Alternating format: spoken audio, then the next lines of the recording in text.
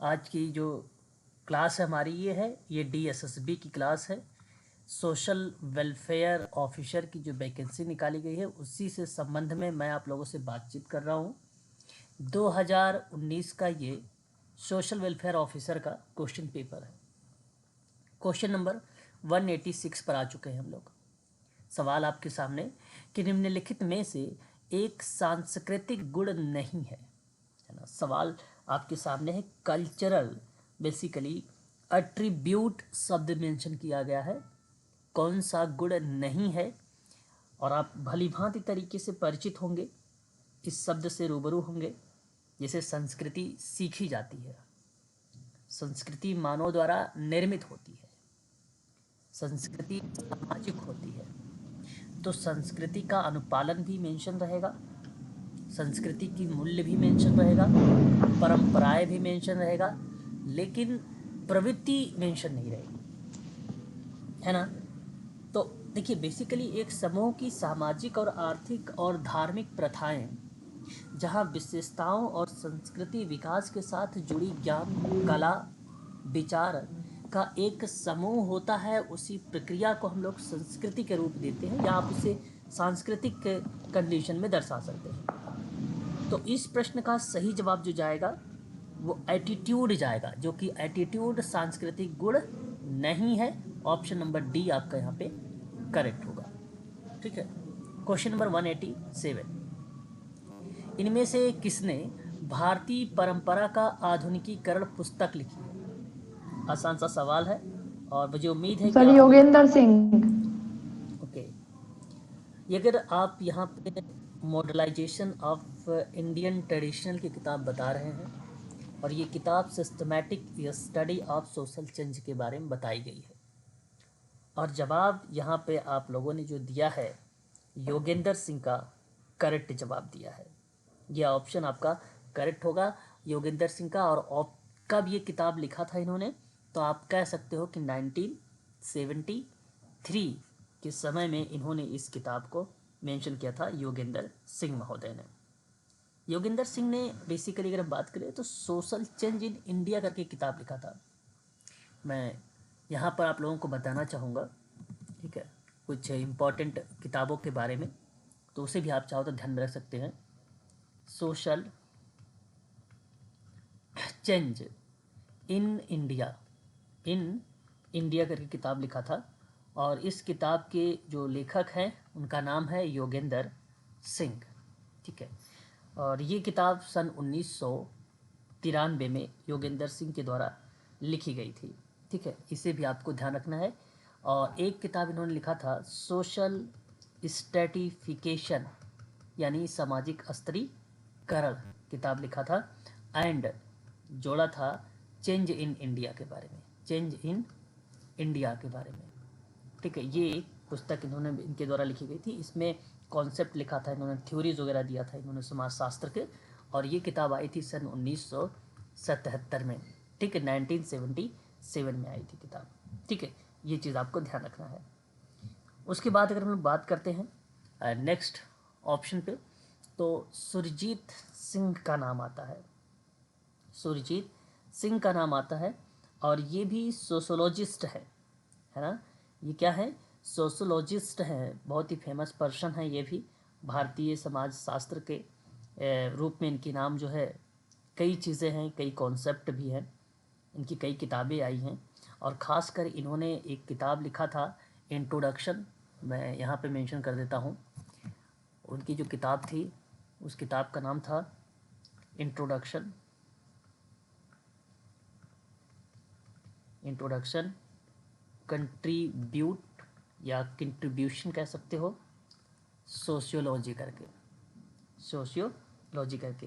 Cultural anthropologist के नाम से भी ये बेसिकली बड़े फेमस रहे हैं।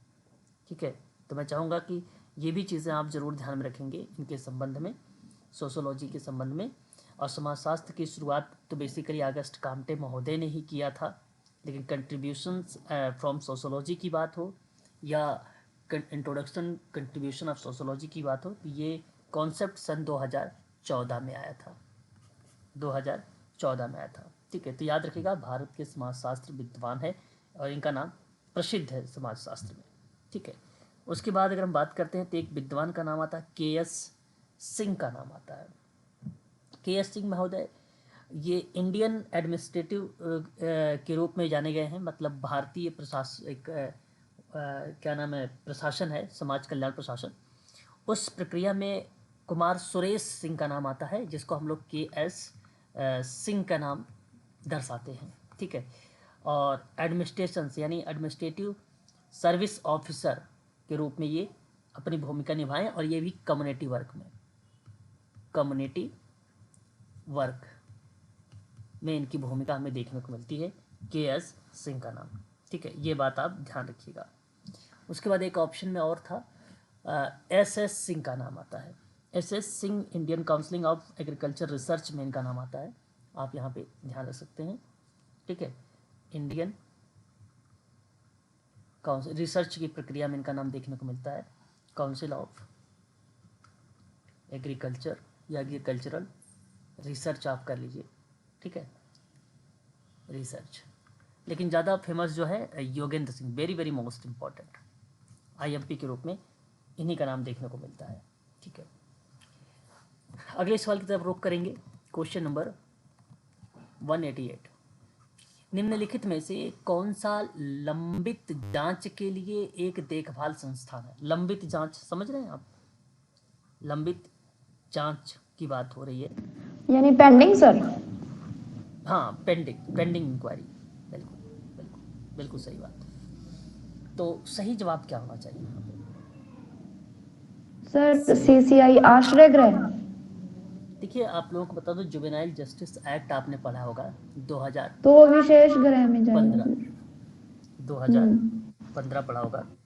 और उस प्रक्रिया में अगर हम लोग बात करते हैं तो हमारे सामने एक शेल्टर होम होता है। शेल्टर होम को हम लोग क्या बोल देते हैं? आश्रय गृह बोल देते हैं। आश्रय गृह। हाँ, आश्रय गृह। देखो, जो शेल्टर होम होता है, आश्रय गृह, आश्रय गृह ना उन लोगों के लिए आश्रय का स्थान होता है जिन्हें तत्काल आवश्यकता है। पेपर में तत्काल कहीं लिखा नहीं है कि नहीं? तो यहाँ पे तो लंबित लिखा हुआ, पेंडिंग लिखा हुआ है। अब तत्काल लिखा हो या आपातकाल लिखा हो, तब आप क्या नाम लगाओगे बताइए जरा? आश्रय गृह, शेल्टर होम। आश्रय गृह, शेल्टर आश्रय, होम। हाँ, तब वहाँ पे लगाओगे जहाँ पे आपात लिखा रहेगा, आपात या तत्काल, इस तरीके का शब्द आएगा तो वहाँ पे लगाओगे। एक उसके बाद देखिए, एडॉप्टेशंस यानी दत्तक एजेंसियाँ होती हैं, दत्तक ग्रहण की एजेंसियाँ होती हैं। और आपने पढ़ा होगा केंद्रीय दत्तक ग्रहण संसाधन प्राधिकरण, जिसको हम लोग कारा बोलते हैं, है ना? इसकी स्थापना जून 1990 में हुआ था, CARA का। याद है? याद आ रहा है आप लोगों को? यस जी सर।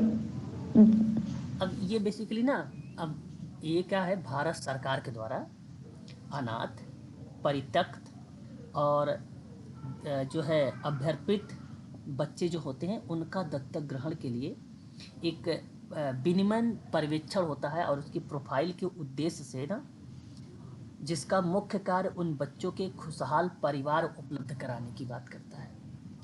तो खुशहाल परिवार उपलब्ध कराता है ये एजेंसी के रूप में भूमिका निभाता। तो ये तो बिल्कुल नहीं है, क्योंकि लंबित जांच से संबंधित है, तो ये बिल्कुल भी भूमिका नहीं निभाएगा इसके अंतर्गत। लेकिन एक आप अगर हम बात करें तो ऑब्जर्वेशन होम देख रहे हैं। ऑब्जर्वेशन होम को हम लोग क्या बोलते हैं?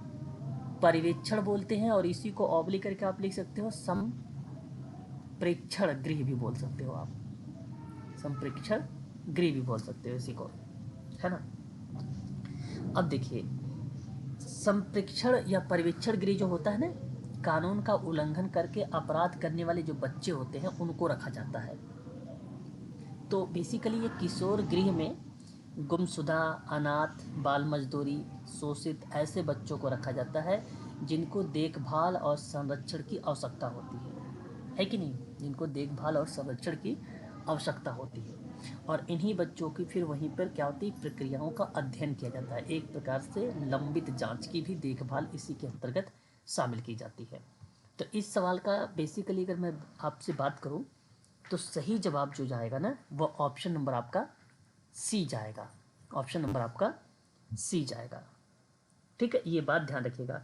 तो बेसिकली ये जो गृह है या जो घर है ये जुवेनाइल जस्टिस के एक्ट 2015 के अकॉर्डिंग हम बात करते हैं तो कुछ दिनों के लिए इनको फ्यू वीक कह लीजिए या कुछ सप्ताह कह लीजिए, तो उन प्रक्रिया में pending decision of the cases के बारे में जिक्र किया जाता है। ठीक है, तो पेंडिंग डिसीजन का मतलब होता है लंबी जांच भी यहाँ पर आप कह सकते हैं, या लंबी निर्णय की बात अगर करते हैं तो इसी प्रक्रिया के अंतर्गत आती है। तो एक शब्द आता है पेंडिंग, और पेंडिंग जो रिलेट होता है वो पर्यवेक्षण गृह जुवेनाइल जस्टिस एक्ट 2015 वाले के अंतर्गत ये चीज़ें देखने को मिलती है।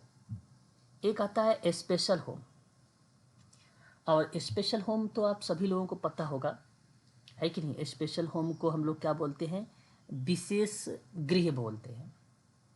उसको क्या बोलते हैं, विशेष गृह बोलते हैं। तो राज्य सरकार बेसिकली क्या करता है, जैसे विशेष गृह किशोर नए बच्चों को देखभाल संरक्षण अधिनियम के ही अंतर्गत इन घरों में ना बच्चों को रखा जाता है और उनके लिए मैनेजमेंट किया जाता है, प्रबंधन किया जाता है उनका।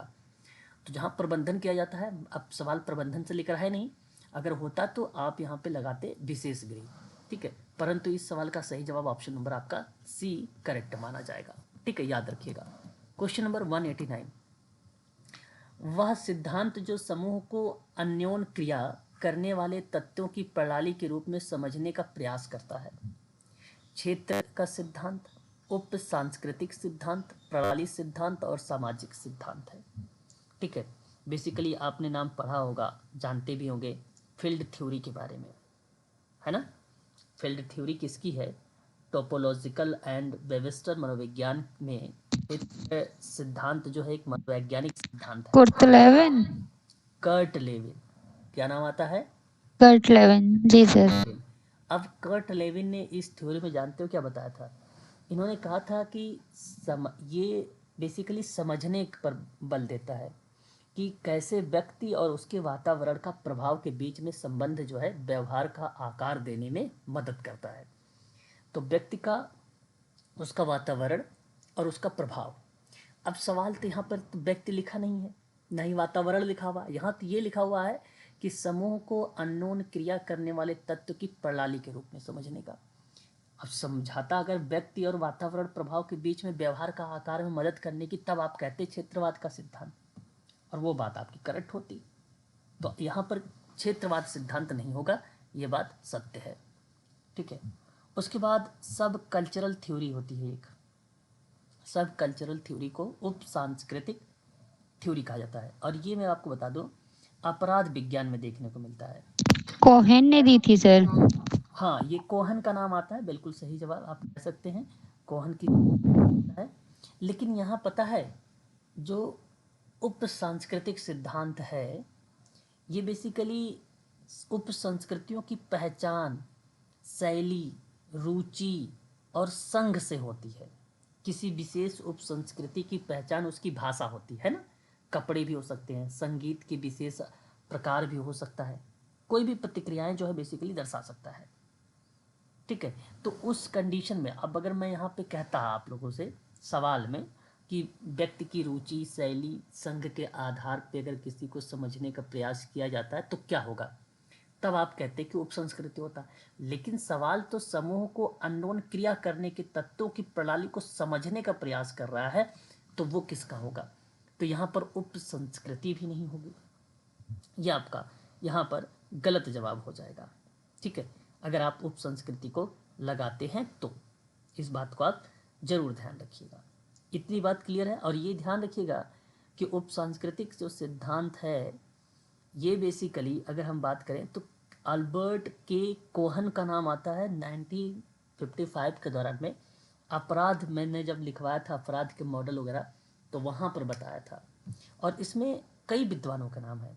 एक थ्रेसर है, फेडरिक एम थ्रेसर, उनका भी नाम देखने को मिला इसमें, और एक पारिस्थितिकी की जांच करने के आधार पे फ्रेजियर विद्वान थे, उनका भी नाम देखने को मिला था, ठीक है। रिचर्ड का नाम आया था, लोहिविन का भी नाम देखने को मिला, ठीक है। यहाँ तक कि आर के मर्टन भी इस थ्योरी को रिलेट कराते हैं, क्योंकि उप संस्कृति में समान नियम और स्तर पाए जाते हैं, इसलिए इनका नाम, इन लोगों का नाम आ जाता है, ठीक है। परंतु मुख्य रूप से तो कोहन का ही नाम यहाँ पे देखने को मिलेगा। पॉइंट नंबर 3, प्रणाली सिद्धांत है, हम इसको सिस्टम थ्योरी कहते हैं। और सिस्टम थ्योरी मुझे याद है कि आप सभी को पता होगा।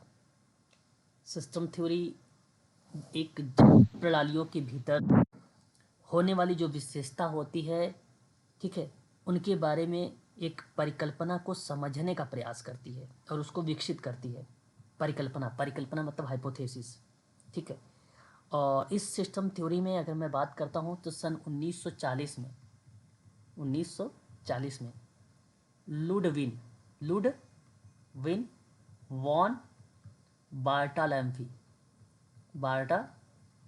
का नाम आता है, ठीक है। प्रस्तुत किया था इन्होंने 1940 के दशक में सिस्टम थ्योरी, ठीक है। अब इस सिस्टम थ्योरी में बेसिकली क्या बताया इन्होंने कि समूह को अननोन क्रिया का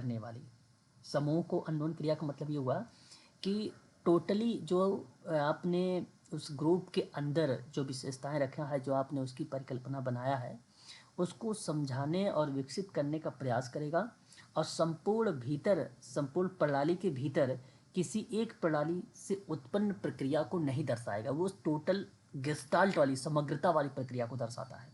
सिस्टम थ्योरी समग्रता वाली प्रक्रिया को दर्शाता है। इसी सिस्टम थ्योरी में अगर हम बात करें तो एक जगह आपने Bronfenbrenner ecosystem theory पढ़ा होगा, है ना। ब्रोफेन ब्रेनर का इकोलॉजिकल सिस्टम थ्योरी पढ़ा होगा। तो मैंने आपको बढ़ाया भी था कि microsystem, mesosystem, exosystem, microsystem, chronosystem, ये वाली मैंने लिखवाया भी, नोट भी करवा दिया आप लोगों को। तो वो भी कहीं ना कहीं एक तंत्र जो सिद्धांत है वो भी रिलेट करा देता है प्रणाली सिस्टम को, क्योंकि उसमें भी समूह को अननोन क्रिया करने वाले तत्वों की प्रणाली के रूप में समझने का प्रयास होता है। और सही जवाब बेसिकली इस प्रश्न का ऑप्शन नंबर आपका थर्ड ही सही जाएगा। ऑप्शन थर्ड ही सही जाएगा। लेकिन आप सोच रहे होंगे कि एक सोशल लर्निंग भी है। सोशल लर्निंग मुझे उम्मीद है कि आप सभी लोगों को पता भी होगा। सामाजिक तत्वों पर आधारित सामान्यीकृत, जहाँ सामान्यीकरण की बात होती है, सामान्यीकरण। तो क्या आप बता सकते हैं सामाजिक सिद्धांत किसके द्वारा दिया गया? Please. Albert Bandura. Albert Bandura के द्वारा, बिल्कुल सही जवाब यहाँ पे। अल्बर्ट बंडूरा हाँ, करेक्ट। ऑब्जर्वेशन द्वारा सीखता है। हाँ, व्यक्ति जो है एक प्रकार करते हैं अवलोकन के बाद, उसकी कई इसके चरण थे, उनमें इन्होंने जिक्र किया था, ठीक है। तो यहाँ पे अल्बर्ट बेंडूरा का नाम हमें देखने को मिल जाता है सामाजिक थ्योरी में। और इस सवाल का जवाब तो बेसिकली थर्ड ही होगा, यानी ऑप्शन नंबर आपका सी सत्य हो जाएगा। क्वेश्चन नंबर 190 यानी 190 नंबर का सवाल है। नातेदारी व्यवहार प्रयोग में माता के भाई का संबंध डैश कहलाता है। अब सवाल, माता का भाई का संबंध डैश कहलाता है। आसान सवाल है, जवाब दे सकते हैं आप। Avunculate option B. हाँ, जी sir, B, option B. Okay. अगर मैं आप लोगों से यहाँ पे इस शब्द के बारे में अगर जिक्र कर रहा हूँ तो आप एवेंकुलर, एक इसकी शब्द होता है लैटिन संज्ञा, एवेंकुलस से आया हुआ ये शब्द है, जिसका अर्थ क्या होता है? मामा। जिसका अर्थ क्या होता है? मामा। लेकिन कम से कम 19वीं शताब्दी के बाद से अंग्रेजी बोलने वालों ने परिवारों के दोनों ओर से चाचाओं या ऐसे लोगों का वर्णन करने के लिए एवेंकुलर का उपयोग किया जो चरित्र और व्यवहार में चाचा जैसा है। तो इसी प्रक्रिया को प्रयोग में माता के भाई का संबंध क्या कहलाएगा? मामा कहलाएगा, है कि नहीं? और इसी का शुद्ध हिंदी है एवेंकुलेट। ऑप्शन नंबर आपका यहाँ पर बी ऑप्शन आपका करेक्ट हो जाएगा, है ना? क्लियर रहेगा? बता दीजिए एक बार। हाँ जी सर, क्लियर है। ठीक है। उसके यस बाद सर। आपके मन में सवाल बन सकता है, एक बार म्यूट रहिए, देखा म्यूट हो जाते हो ना तो आवाज़ आती है पीछे से। अब यहाँ पे एक शब्द और सुनिए, जो है अनुसंतति संबोधन शब्द आता है ना।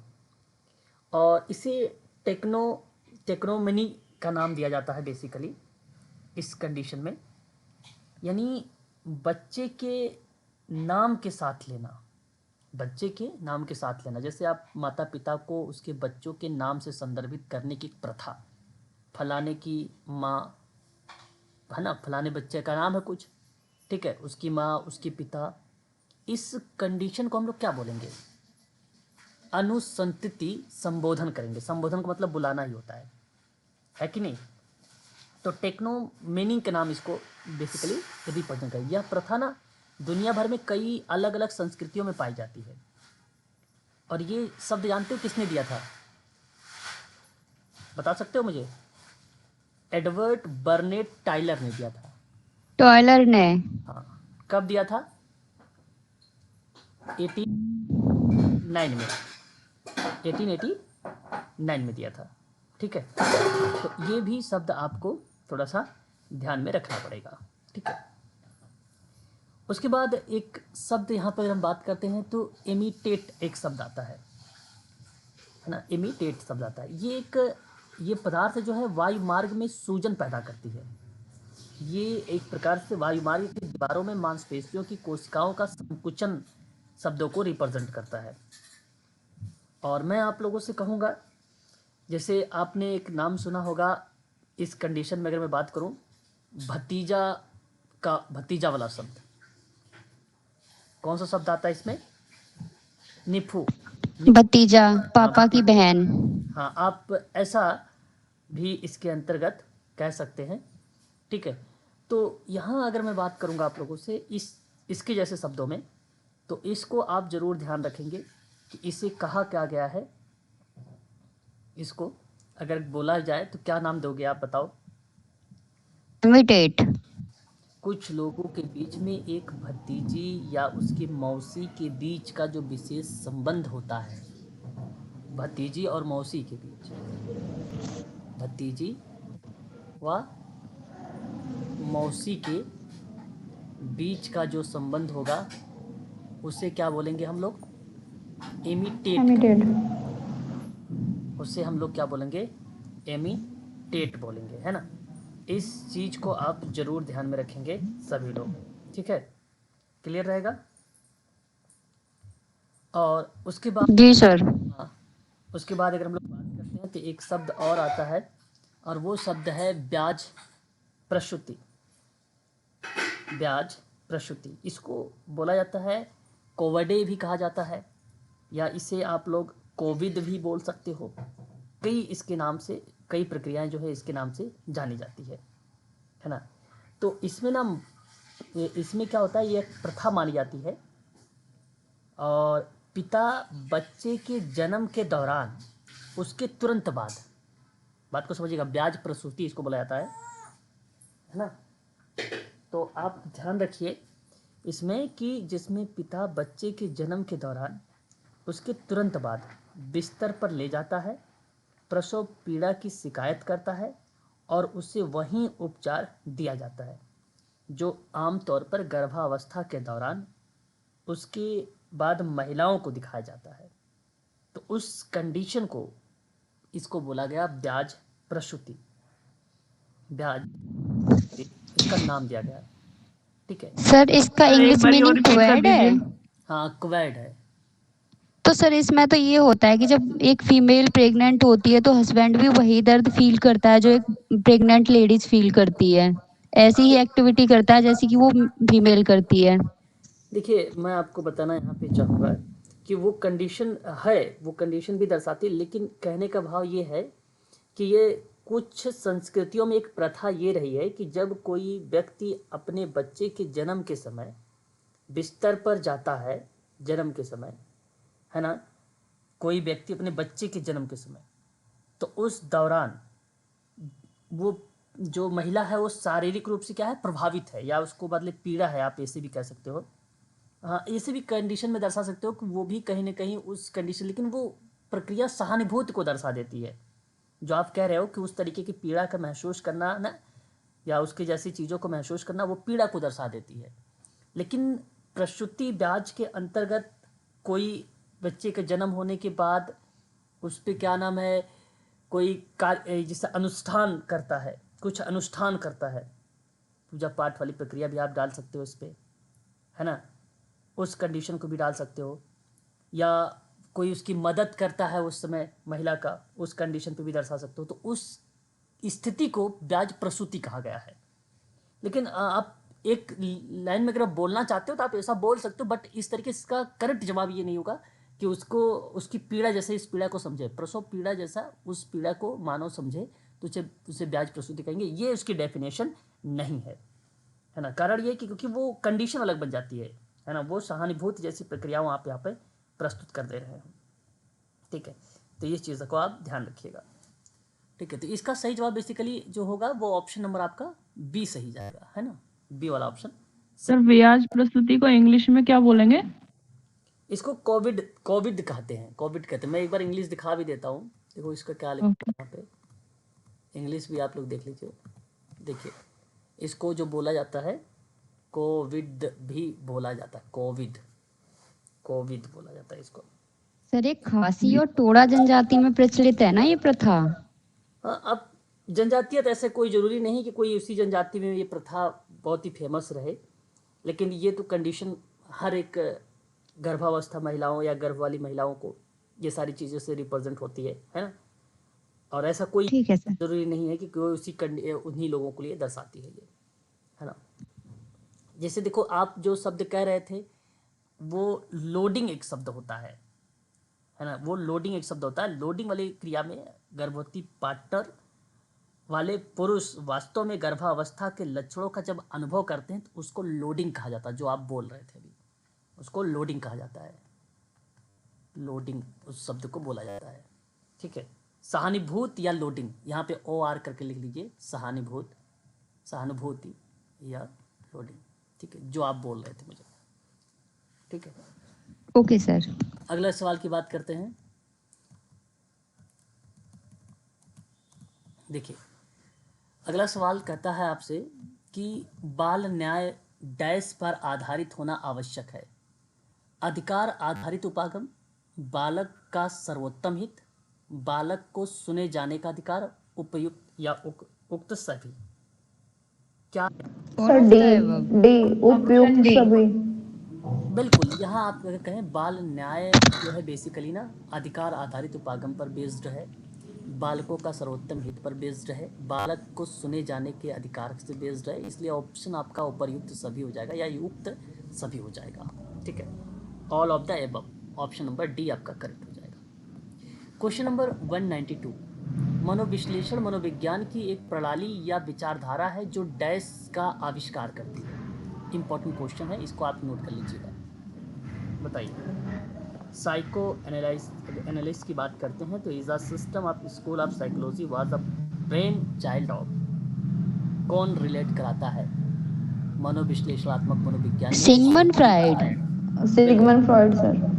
बिल्कुल, सिगमंड फ्राइड का ही ये सिद्धांत है, मनोविश्लेषण का सिद्धांत है। उसमें चेतन, अचेतन, अर्धचेतन, ईद, ईगो, सुपर ईगो के बारे में बात किया है ना। इन्होंने अवस्थाओं के बारे में भी जिक्र किया है। तो मैं चाहूँगा कि इनके बारे में आप लोग इसको अवश्य ध्यान में रखें। और यहाँ पे करेक्ट जवाब जो जाएगा ऑप्शन नंबर आपका माना जाएगा डी वाला ऑप्शन। पहला मुखावस्था है, दूसरा एनल स्टेज बोला जाता है, तीसरा फैलिक स्टेज बोला जाता है, चौथा लेटेंसी स्टेज बोला जाता है, पांचवा जेनेटल स्टेज बोला जाता है। जेनेटिक। हाँ, कुल 5 अवस्थाएं जो है इसके बारे में जिक्र किया है। लेकिन आपके सामने एक नाम और आ रहा होगा, जीन पियाजे। जीन पियाजे ने बेसिकली संज्ञानात्मक सिद्धांत दिया था। स्विट्जरलैंड के रहने वाले मनोवैज्ञानिक हैं ये। बाल विकास पर इन्होंने कार्यों के कारण को प्रसिद्ध किया था। तो विकासात्मक मनोविज्ञान के क्षेत्र में अगर सबसे बड़ा काम किसी ने किया है तो वो जीन पियाजे महोदय ने ही किया है। किसने किया है? जीन पियाजे महोदय ने। तो जीन पियाजे महोदय की बात अगर हम लोग करते हैं तो इन्होंने एक संवेदी पेशी अवस्था के बारे में बताया था, एक पूर्व संक्रियात्मक अवस्था के बारे में बताया था, और एक इन्होंने बताया था मूर्त, और एक मूर्त संक्रियात्मक औपचारिक, अमूर्त। हाँ, तो इस तरीके से इन्होंने कुल लगभग 4 जो है अवस्थाओं के बारे में जिक्र किया था। ठीक है, तो ये चीज़ें आपको ध्यान रखना होगा जीन पियाजे के बारे में। लेकिन अल्बर्ट बैंडूरा सामाजिक शिक्षा के सिद्धांत में बड़े फेमस पर्सन रहे। और इन्होंने व्यवहार के प्रतिमानों के माध्यम से बच्चे एक दूसरे से सीखते हैं, तो समाज के द्वारा स्वीकार किया गया व्यवहार को, तो इसलिए सामाजिक थ्योरी जो आती है वो अल्बर्ट बैंडूरा के द्वारा ही आती है ना। बैंडूरा ने प्रदर्शित किया था कि बच्चे अन्य लोगों को देखे गए व्यवहारों को सीखते हैं और फिर उसका क्या करते हैं, अनुकरण कर लेते हैं। ठीक है, तो इस तरीके से इन्होंने बैंडूरा ने सीखे गए व्यवहार का आकार देने में पर्यावरण के महत्व पर बल दिया था। ठीक है, तो ये चीज़ भी आप ध्यान में रख सकते हैं। विलियम जेम्स के बारे में आप सभी लोगों ने सुना होगा। विलियम जेम्स बहुत ही फेमस दार्शनिक हैं, मनोवैज्ञानिक हैं और चिकित्सक के रूप में भी इन्होंने जाने जाते हैं और मनोविज्ञान के जनक भी इनको कहा जाता है। प्रिंसिपल ऑफ साइकोलॉजी एक किताब रही, बड़ी फेमस रही है और वो किताब रही है विलियम जेम्स की। तो आधारभूत अनुभववाद का सिद्धांत किसने दिया है? आधारभूत अनुभववाद का सिद्धांत किसने दिया है? तो विलियम जेम्स। जेम्स महोदय ने दिया है। ये बात आपको ध्यान रखना है। आधुनिक मनोविज्ञान के जनक विलियम उंट का नाम आता है, विलियम उंट का नाम आता है। ठीक है, तो ये बात भी आपको ध्यान रखना है इनके संबंध में। ठीक है, और धार्मिक अनुभव के बारे में बात करते हैं, वैज्ञानिक अजयवाद के बारे में बात करते हैं। ठीक है, इस तरीके की प्रक्रिया विलियम जेम्स की आती है, परंतु इस सवाल का सही जवाब ऑप्शन नंबर आपका डी करेक्ट माना जाएगा। अगले सवाल की तरफ रुख करेंगे अब हम लोग। क्वेश्चन नंबर आपके सामने दिया गया है, बता सकते हैं क्वेश्चन नंबर 193 का सही जवाब क्या होना चाहिए? कि वह सामाजिक परिवर्तन की पुरानी प्रक्रिया का नवीन रूप है जहां कम विकसित समाज अधिक विकसित समाज की विशेषता को प्राप्त कर लेते हैं। यह किस संकल्पना से संबंधित है? औद्योगिकीकरण, नवीनीकरण, राष्ट्रवाद, पश्चिमीकरण? सही जवाब आपको सर बताना है। पश्चिमीकरण। पश्चिमीकरण सर नवीनीकरण, ऑप्शन डी। ऑप्शन डी की तरफ आप सभी लोगों ने झुकाव किया है क्वेश्चन नंबर 193 का, परंतु ऑप्शन डी आपका डी करेक्ट नहीं होगा भाई, पश्चिमीकरण नहीं होगा। ऑप्शन आपका सर बी डी। सही है। अच्छा, अगर आप बी कह रहे हैं तो फिर बी सही है, नवीनीकरण है। देखो, सामाजिक परिवर्तन की ना पुरानी प्रक्रिया का नवीन रूप से वह कम विकसित समाज का अधिक विकसित समाज की विशेषता प्राप्त कर लेता है, तो उसको नवीनीकरण कहते हैं। और ऑप्शन नंबर आपका बी यहाँ पे सही जाएगा। लेकिन आप सोच रहे होंगे कि फिर औद्योगिकीकरण क्या है? औद्योगिकीकरण का मतलब ये होता है कि वह प्रक्रिया जिसके द्वारा अर्थव्यवस्था का गुरुत्व केंद्र कृषि से हटकर उद्योग की ओर चला जाए, है ना। कृषि से हटकर किसी उद्योग की तरफ चला जाएगा तो औद्योगिकीकरण हो जाएगा, है कि नहीं? जी सर। उसको बोला जाएगा। जी सर। लेकिन अगर मैं आपसे कहूँ राष्ट्रवाद को लेकर, देखो राष्ट्रवाद तो सिंपल सी बात है, बड़ा आसान है। जैसे जाति, संस्कृति, भाषा आदि की समानता के आधार पर एक स्वतंत्र राष्ट्र बनाने की जन जो भावना होती है उसी को नेशनलिज्म कहा जाता है, उसी को राष्ट्रवाद कहा जाता है ना। तो इस तरीके से हम जो है राष्ट्रवाद को डिफाइन भी कर सकते हैं, और वो भी परंपरा, भाषा, जातीयता, जातिवाद, संस्कृति के आधार पर स्वयं को एकीकृत करने की प्रक्रिया में। ठीक है, तो लोगों के किसी समूह की उस आस्था का नाम है जिसके तहत वे खुद को साझा इतिहास, परंपरा, भाषा, जातिवाद, संस्कृति, जातीयता के आधार पर एकजुट होते हैं, उसे राष्ट्रवाद हम कह सकते हैं, है कि नहीं। उसको हम क्या बोल सकते हैं? राष्ट्रवाद बोल सकते हैं। राष्ट्रवाद के जनक कौन है? तो राष्ट्रवाद के जनक कौन है? जॉन गॉटफ्रेड हर्डर का नाम आता है, हर्डर का नाम आता है, हर्डर का नाम आता है। ठीक है, इसके जनक कहे जाते हैं जॉन गॉटफ्रेड, जॉन गाट होगा, ग्राट नहीं होगा, गाट फ्रेड, फ्रेड का नाम आता है। अब बात करते हैं पश्चिमीकरण में। पश्चिमीकरण तो आपने नाम सुना होगा, एम.एन. श्रीनिवासन का नाम, है कि नहीं। पश्चिमीकरण में तो एम.एन. श्रीनिवासन का नाम सुना होगा आप लोगों ने। मूल भाषा के बजाय अगर मैं आपको, क्या हो रहा है ये, म्यूट रहिए, म्यूट रहिए, बच्चे आवाज कर रहे हैं, भाई बच्चे आवाज कर रहे हैं। प्रधान जी म्यूट हो जाइए। प्रधान मीना म्यूट हो जाया करो भाई, आवाज आती है बैकग्राउंड। एक तो आप जहाँ बैठे हो वहाँ पे शोर बहुत हो रहा है ना। अब देखो, अगर मैं आपसे बात कर रहा हूँ पश्चिमीकरण के बारे में, तो तो आपको अच्छे से मालूम होगा पश्चिमीकरण बेसिकली क्या होता है। इस शब्द का प्रयोग सबसे पहले सन 1950 के दशक में एम.एन. श्रीनिवासन ने प्रयोग किया था। इसका अर्थ ये होता है ना कि पश्चिमी देशों अर्थात यूरोप और अमेरिका की संस्कृति को स्वीकार करना क्या कहलाता है, पश्चिमीकरण कहलाता है। ठीक है, यूरोप और अमेरिका की संस्कृति को स्वीकार कर लो। उसमें मान लीजिए इसमें क्या है, उन देशों की खान पान, पोशाक, रहन सहन इत्यादि को शामिल कर लोगे ना तो पश्चिमीकरण का पार्ट हो जाएगा। एम.एन. श्रीनिवासन भारतीय समाजशास्त्री है, 1950 में पश्चिमीकरण के बारे में बताया था। लेकिन सवाल ये है कि सामाजिक परिवर्तन की पुरानी प्रक्रिया का नवीन रूप बताइए। जो कम विकसित समाज अधिक विकसित समाज की विशेषता को प्राप्त कर लिया तो उसको हम नवीनीकरण कहते हैं। और सही जवाब इसका ऑप्शन नंबर आपका बी करेक्ट हो जाएगा। Question number next 194। अपराध किए जाने की तिथि को 18 वर्ष ना करने वाला बालक जो एक अपराध करने का दोषी पाया जाता है डैश कहलाता है। अपराध किए जाने की तिथि को 18 वर्ष पूरे ना करने वाला बालक जो एक अपराध करने का दोषी पाया जाता है तो डैश कहलाता है। ऑप्शन बताइए कौन सा करेक्ट होना चाहिए। Sir option B. Sir C C A और बी दोनों। ओके, ऑप्शन आप कह रहे हैं कि ए और बी दोनों होगा और कोई ऑप्शन कह रहा है सी या बी।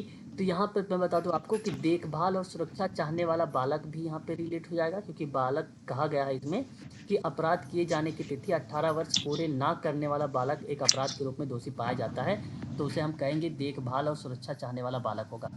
अब मान लीजिए कोई बालक अगर अपराध किया है 18 साल के, इसका मतलब थोड़ी कि उसको दंडित किया जाए, उसको सुधारा जाए।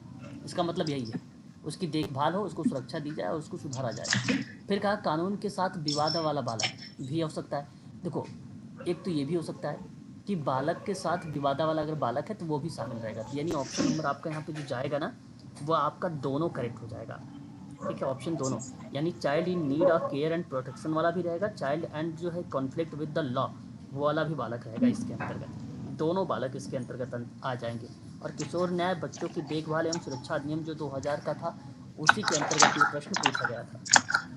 ठीक है, तो आप यहाँ पे कह सकते हो ऑप्शन जो जाएगा वो आपका यहाँ पे सी वाला। ठीक है, एक बार म्यूट हो जाइए। देखिए आप लोग अनम्यूट हो जा रहे हैं, फिर अनम्यूट होकर म्यूट नहीं हो पा रहे हैं, है ना। अगर म्यूट हो जाएंगे तो और अच्छा लगेगा, क्योंकि मेरी यहाँ से आवाज़ जो है आप लोगों की ब्रेक होने लगती है। Question number 195। सामाजिक संदर्भ दर्शाने के लिए एक अत्यंत उपयोगी उपकरण, क्योंकि यह एक व्यक्ति के सामाजिक विश्व की आरेखीय प्रस्तुतिकरण है। जेनोग्राम है, इकोग्राम है, इको मानचित्र है, उपर्युक्त में से कोई नहीं है। क्वेश्चन नंबर 195 का सही जवाब क्या है? Sir option A. इको मानचित्र। इको मानचित्र बता रहे हैं और किसी ने कहा ऑप्शन ए। तो मैं बताता हूँ, सामाजिक संदर्भ को दर्शाने के लिए अगर यहाँ पे सही जवाब अगर कोई है और एक अत्यंत उपयोगी उपकरण, क्योंकि यह एक व्यक्ति के सामाजिक विश्व का आरेखी प्रस्तुत हो रहा है, तो वह कंडीशन कहलाता है इको मानचित्र। क्या कहलाता है वो? इको मानचित्र कहलाता है, इको मैप कहलाता है। और यहाँ करेक्ट जवाब यही होगा। इको मैप जो है ना एक परिवार की बाहरी दुनिया के जुड़ाव को प्रदर्शित करता है, एक ऐसा मानचित्र है बाहरी दुनिया को। ठीक है, पहली बात। दूसरी बात यह है कि ये ना परिवार को रिलेट लाता है, परिवार को, समाज को, समुदाय को। ठीक है, इन संबंधों का मूल्यांकन करके उसका उपयोगी उपकरण प्रदान करता है और इन संबंधों की गुणवत्ता पर प्रकाश डालता है। तो व्यक्ति के सामाजिक विश्व का आरेखी जो प्रस्तुतिकरण होता है वो इको मानचित्र होता है। और ऑप्शन नंबर आपका सी करेक्ट हो जाएगा, यहाँ पे सी वाला करेक्ट होगा। लेकिन आप सोच रहे होंगे कि ऑप्शन नंबर जो बी दर्शाया गया है, जिसको हम लोग क्या बोलते हैं, इकोग्राम बोलते हैं ना, इकोग्राम बोलते हैं। और उम्मीद है कि इकोग्राम के बारे में आप लोगों ने सुना भी होगा, इकोग्राम सुना भी होगा। जानते हो इकोग्राम? एक आइडियोग्राम होता है, एक इकोग्राम होता है, प्लीज बताइएगा। सर नहीं पता सर। ओके, चलो कोई बात नहीं, मैं आप लोगों को यहाँ पे इकोग्राम के बारे में बताना उचित समझूंगा। देखो बेसिकली क्या है इकोग्राम की कंडीशन में, यहाँ एक ऐसी प्रक्रिया मानी जाती है, और अच्छा ये भी एक प्रकार का ना मैप ही है। इकोग्राम की बात अगर हम करते हैं तो तो ये एक प्रकार का मैप है और इस मैप के माध्यम से हम जो है पूरी भौगोलिक स्थिति को दर्शाते हैं। इको मतलब क्या होता है, आपने अभी पारिस्थितिकी तंत्र पढ़ा होगा, इकोलॉजिकल में पारिस्थितिकी तंत्र पढ़ा होगा, इसी को समझिएगा। क्योंकि जब हम किसी स्थान को चयनित विशेषताओं के आधार पर ना प्रतीकात्मक प्रतिनिधित्व कर देते हैं, इसी का पारिस्थितिकी तंत्र को रिप्रेजेंट कर देते हैं, तो वो दर्शा देता है ये। तो यहाँ जरूरी ये नहीं केवल परिवार समाज को, यहाँ व्यक्ति को भी दर्शाया जा सकता है, समूह को भी दर्शाया जा सकता है, ठीक है ना। क्रोनोलॉजिकल में अगर हम बात करते हैं या इकोसिस्टम में बात करते हैं, माइक्रो सिस्टम, मीजो सिस्टम में बात करते हैं, उन चीज़ों को भी दर्शा सकता है ये। तो इसको हम लोग बोलते हैं इको। तो मैं कहूँगा एक लाइन में भौगोलिक परिस्थिति आप लिख लीजिए, भौगोलिक स्थिति को दर्शाया जा सकता है, भौगोलिक स्थिति को इसमें दर्शाया जा सकता है। और एक होता है जेनोग्राम, और जेनोग्राम बड़ा आसान है और मैं उम्मीद करता हूँ सबको पता होगा। ये जैविक परिवार शामिल होता है इसमें, जैविक इसमें क्या होता है, जैसे जीनोग्राम में परिवार के भीतर उसके द्वारा किए जाने वाले जो कार्य होंगे उसके आधार पर व्यक्तियों को शामिल किया जाएगा। अब जैसे मान लीजिए कोई डेटा दे रहा है तो उसको भी उसमें शामिल किया जाएगा, जो डेटा दे रहा है। इसमें प्रीनेटल, पोस्टनेटल, नियोनेटल और फिर उसके बाद कितने बच्चे हैं, उन सभी चीज़ों को वो दर्शाया जाएगा, एक व्यक्ति के कितने बच्चे हैं, ठीक है। और मान लीजिए कोई एबॉर्शन वगैरह हुआ है या कोई ड्रग्स वगैरह ले रही है, तो ये सभी चीज़ें जो है दर्शाई जाती है जीनोग्राम में, ठीक है। तो यहाँ पे बेसिकली क्या हो जाएगा, सवाल ये था कि सामाजिक संदर्भ में, तो सामाजिक संदर्भ में बेसिकली इको मानचित्र को दर्शाता है यहाँ पर, ठीक है। तो यहाँ पे सही जवाब ऑप्शन नंबर आपका सी वाला करेक्ट जवाब हो जाएगा, ठीक है। इकोग्राम अलग होता है और इको मैप अलग होता है, ठीक है, ये बात ध्यान रखिएगा। क्वेश्चन नंबर 196, निम्नलिखित में से कौन सा शब्द है जो दबाव समूह के निकट जुड़ा हुआ है, बताइए। इंटरेस्ट ग्रुप, हित समूह। आपसी हित समूह कह सकते हो बिल्कुल, या एक हित समूह भी आप बोल सकते हो। ये देखिए, एक हित समूह या एक हित समूह, ये वह संस्था है ना जो सरकार का अंश हुए बिना निजी और समर्थकों के हित के लिए सार्वजनिक नीति को प्रभावित करने का प्रयास करती है, उसको हम लोग बोलते हैं हित समूह। और ये पूछा सवाल क्या है कि कौन सा शब्द है जो दबाव समूह के निकट जुड़ा हुआ है, ठीक है, इसके बारे में इसने जिक्र किया गया है, ठीक है। तो ये प्रक्रिया बेसिकली इसके अंतर्गत आती है। और ये हित समूह के राजनीतिक परिप्रेक्ष्य से 3 महत्वपूर्ण सिद्धांत हैं। एक बहुलवाद का सिद्धांत है, एक अभिजात वर्ग का सिद्धांत है, एक अत्यंत बहुलवाद का सिद्धांत है, ठीक है। और ये बेसिकली दबाव समूह का ही एक पार्ट है। दबाव समूह शब्द क्या होता है, एक ऐसे किसी भी हित समूह से है जिसमें सदस्यों का समान हित हो रहा हो, सभी का समान हित हो रहा हो, ठीक है। इस प्रक्रिया में इसको रिप्रेजेंट किया जाता है, तो इसको बोला जाता है हित समूह बोला जाता है। इसको क्या कहा जाएगा, हित समूह को इंटरेस्ट ग्रुप कहा जाता है, इस बात को आप जरूर ध्यान रखिएगा, ठीक है। और उसके बाद एक आउट ग्रुप होता है जिसको हम लोग बोलते हैं बाह्य ग्रुप। आउट ग्रुप को क्या बोला जाता है, बाह्य ग्रुप बोला जाता है। अच्छा, आउट ग्रुप क्या होता है कि एक समूह जो किसी के अपने से अलग होता है, एक समूह जो किसी के अपने से अलग होता है, इसलिए आमतौर पर शत्रुता और नापसंद की वस्तुएं आती हैं इसमें, बाह्य ग्रुप में, है ना। नापसंद की और शत्रुता की बातें इसके अंतर्गत आती है बाह्य ग्रुप में, ठीक है। तो अब मान लीजिए कोई चीज़ें पसंद नहीं आपको आ रही, तो उस कंडीशन में क्या होता है, वो बाह्य ग्रुप होता है, यानी आउट ग्रुप उसको बोला जाता है, उसको आउट ग्रुप बोला जाता है। एक रेफरेंस ग्रुप होता है, इसको हम लोग बोलते हैं संदर्भ समूह। अब संदर्भ समूह क्या होता है, ये वह समूह है जिसमें विचार, आचार, आदर्श, मूल्य, स्थिति, व्यवहार, प्रतिमान के साथ व्यक्ति अपना समीकरण करता है ना। तो समूह के द्वारा व्यक्ति एक दूसरे समूह के आधार मानकर किस प्रकार व्यवहार करता है उसके बारे में चर्चा करता है, तो रेफरेंस समूह यानी उसको संदर्भ समूह बोलते हैं, ठीक है। ये देखो, हित समूह मैकाइवर पेज का है और समनर का बाह्य समूह के रूप में आ जाता है, संदर्भ समूह आर.के. मार्टन का जाता है, और प्राथमिक समूह किसका आ जाएगा, C.H. कूले का नाम आ जाएगा। बिल्कुल सही जवाब यहाँ पर आया है। तो एक इसको प्राइमरी ग्रुप बोला जाता है, ये छोटे आकार का होता है। ये वह समूह होता है जिसके सदस्य आपस में निकट होते हैं, व्यक्तिक होते हैं ये लोग, परिवार, बचपन, मित्र बेसिकली इसका उदाहरण माना जाता है। ठीक है ना, तो ये बात ध्यान रखिएगा। सर एक बार बहुलवाद का सिद्धांत बताया आपने, उसे एक्सप्लेन कर दो। देखिए इसके हित समूह के जो पार्ट हैं वो इंटरेस्ट ग्रुप के, वो राजनीतिक परिप्रेक्ष्य में बेसिकली लिया गया है, तो उसके अंतर्गत कई सिद्धांत पाए गए। ठीक है, तो जो बहुलवाद का मतलब ये हुआ कि सार्वजनिक प्रक्रियाओं पर बात करेगा, वो सबके एक समान उद्देश्य होगा, एक समान उद्देश्य होगा, सर्वांगीण नीति या सार्वजनिक नीति पर बात करेगा, लक्ष्य साझा करेगा, समान हित की बात करेगा, तो उसको हम लोग बहुलवाद का क्या मानेंगे, सिद्धांत मानेंगे। तो 3 टाइप के सिद्धांतों को ये दर्शाया है इसके अंतर्गत। सर ये किसी ने दिया भी था? मैकाइवर पेज का समूह हित का जो है सिद्धांत आता है, मैकाइवर पेज का नाम आता है, ओके सर। उनका नाम वहाँ पर देखने को मिलता है। ठीक है, हित समूह के अंतर्गत है ना। अब ये सभी प्रक्रियाएं बेसिकली उसी के अंतर्गत आती है। जैसे विशेष हितों की प्राप्ति का निर्माण करना क्या होता है, दबाव समूह का परिहार। ये दबाव समूह है ना, ये क्या है, दबाव समूह।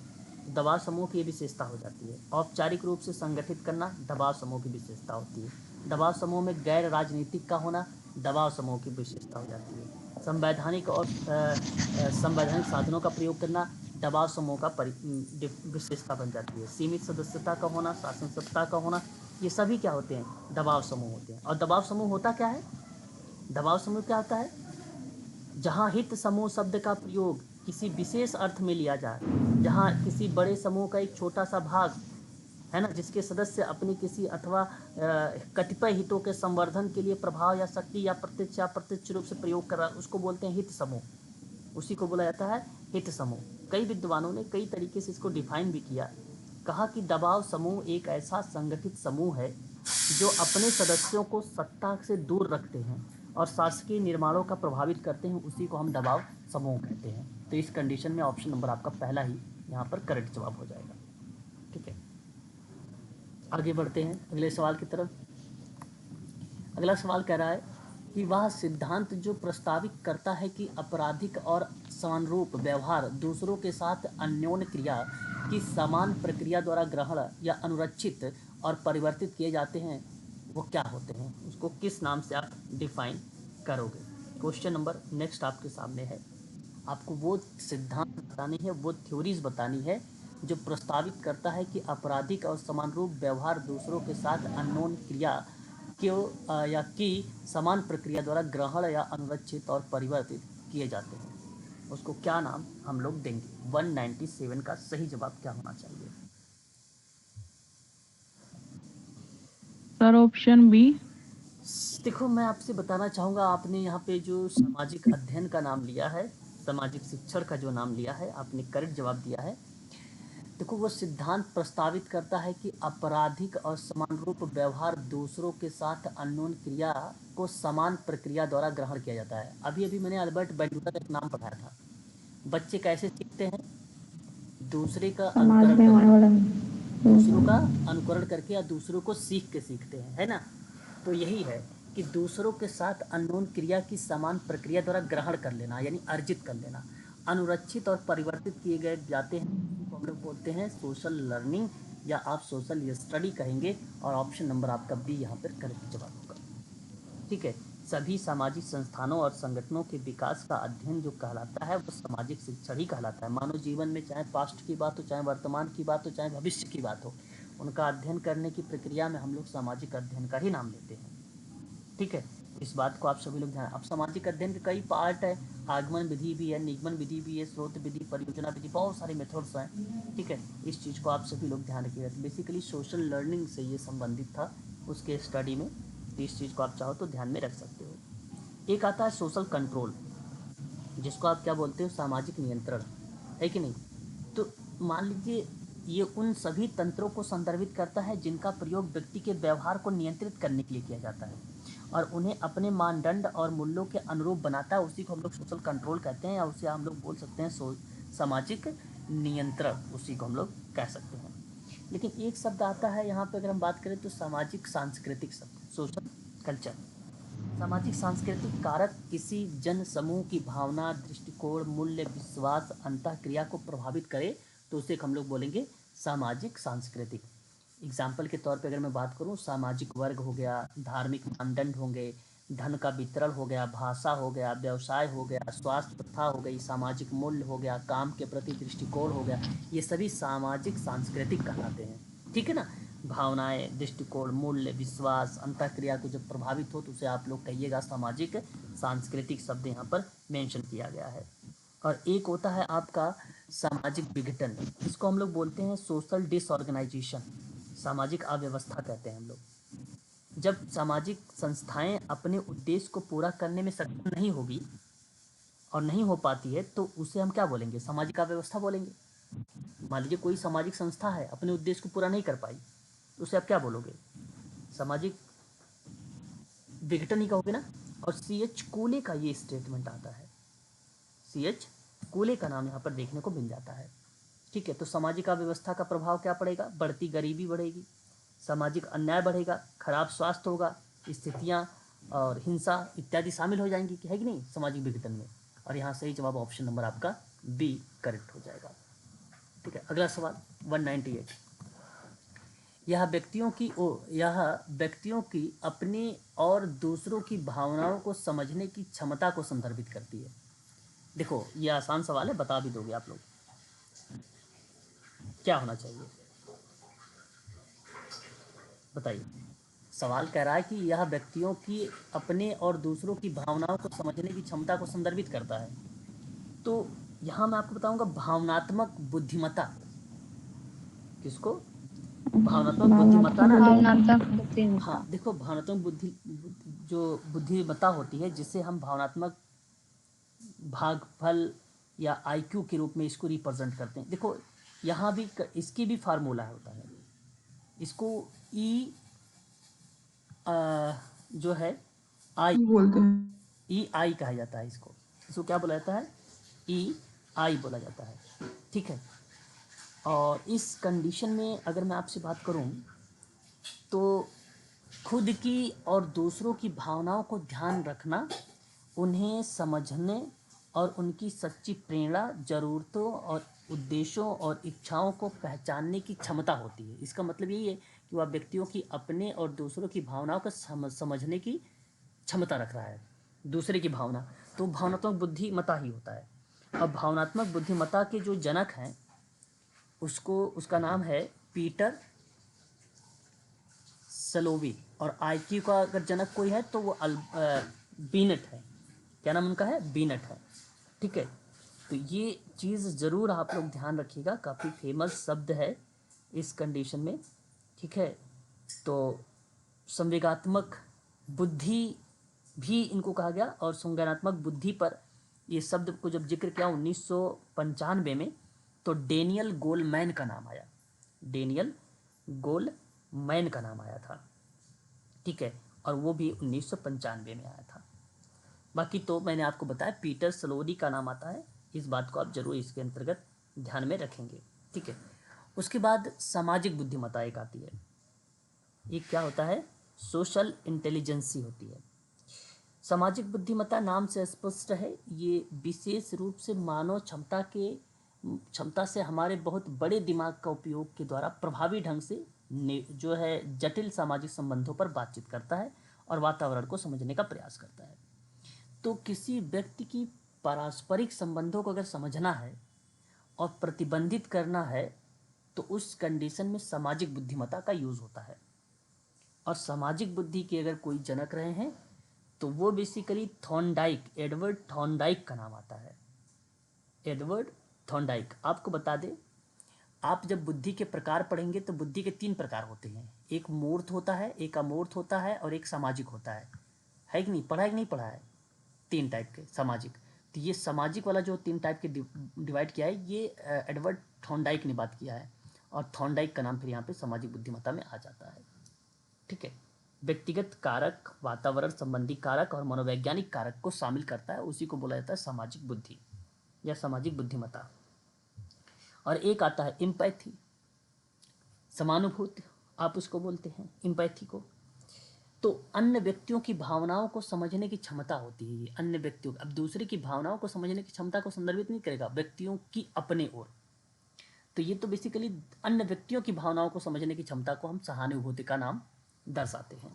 ठीक है, और एक शब्द आता है मल्टीपल इंटेलिजेंस, जिसको हम बोलते हैं बहुबुद्धिमता, है ना। थ्योरी ऑफ मल्टीपल इंटेलिजेंस का नाम आप लोगों ने सुना होगा, है ना। 9 टाइप में डिवाइड किया गया, और मुझे उम्मीद भी है कि आप बता भी सकते हो कि मल्टीपल बुद्धि लब्धि किसने बताया। मैंने आपको पहले ही बता रखा है।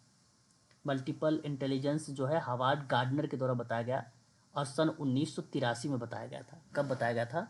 1983 में बताया गया था। नाम क्या आता है? हार्वर्ड गार्डनर का नाम आता है। ठीक है, याद रखिएगा, ये यूजीसी में भी सवाल एक बार आ चुका है।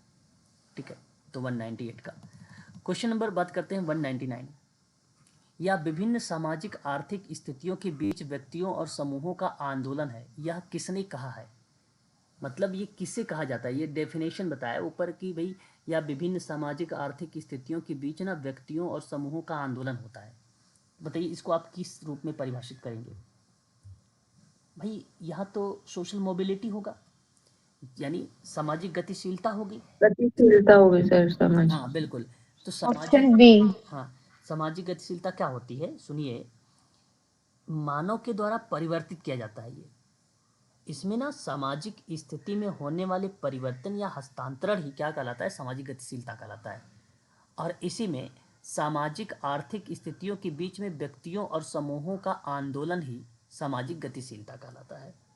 ठीक है, तो ये एक डेफिनेशन है कि मानव के द्वारा परिवर्तित किया जाता है, और सामाजिक स्थिति में होने वाला परिवर्तन और हस्तांतरण जो सामाजिक आर्थिक स्थितियों के बीच में व्यक्तियों और समूहों का आंदोलन करे, वो सामाजिक गतिशीलता होता है। इस बात को आप ध्यान रखिएगा, जिसको बोला जाता है सोशल मोबिलिटी। लेकिन बात आती है सामाजिक आंदोलन की। सामाजिक आंदोलन सामाजिक विकास का हिस्सा होता है। ये परिघटना किसी समय, स्थान या विभिन्न समूह क्रियाओं का संदर्भित करता है या उसको प्रदर्शित करता है, उसको हम लोग सामाजिक आंदोलन कहते हैं। सामाजिक विकास का हिस्सा है।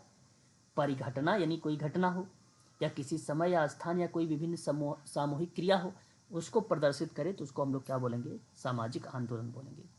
अब सामाजिक आंदोलन के भारत के जो महानायक हैं उनका नाम है डॉक्टर भीमराव अंबेडकर। अंबेडकर, ठीक है, ये बात आप जरूर ध्यान रखिएगा। ठीक है, उसके बाद अगर हम बात करते हैं तो एक शब्द आता है गतिशीलता की शिथिलता, या आप कह लीजिए गतिशीलता की दुष्प्रभाव।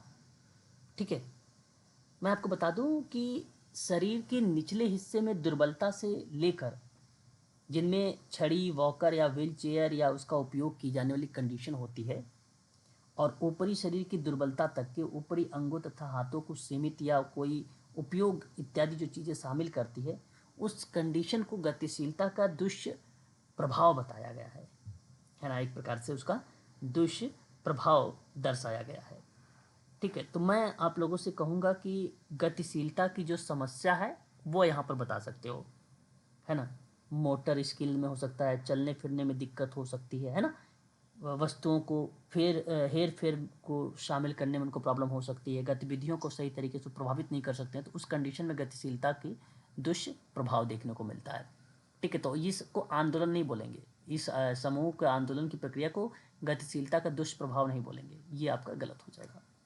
ठीक है, उसके बाद क्लोज्ड द क्लास सिस्टम, आपने ये नाम सुना ही होगा। बंद जाति व्यवस्था, आपने एक नाम सुना होगा, जाति एक बंद व्यवस्था है, और ये मजुमदार मदन का नाम।